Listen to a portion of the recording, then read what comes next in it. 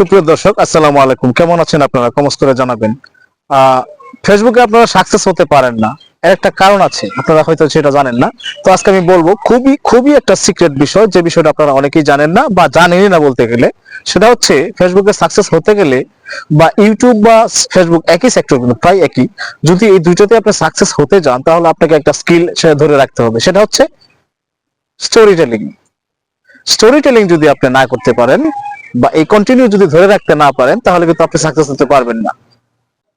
Story telling কি সেটা অনেকেই জানেন না।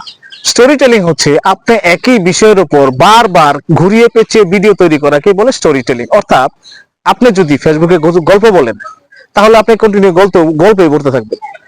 এই কন্টিনিউ গল্প বলাটাকে আসলে বলে স্টোরি টেলিং। অথবা আপনি ফানি ভিডিও তৈরি করতেছেন, কোন ধরনের ফানি ভিডিও তৈরি করতেছেন, ঠিক একই রকমের ফানি ভিডিও যদি কন্টিনিউ তৈরি করতে থাকেন, সেটাই স্টোরি টেলিং। সুতরাং এটা বুঝতে পারলেন যে স্টোরি টেলিং কি।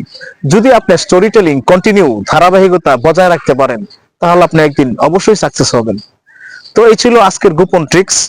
সবাই ভালো থাকবেন। আল্লাহ হাফেজ।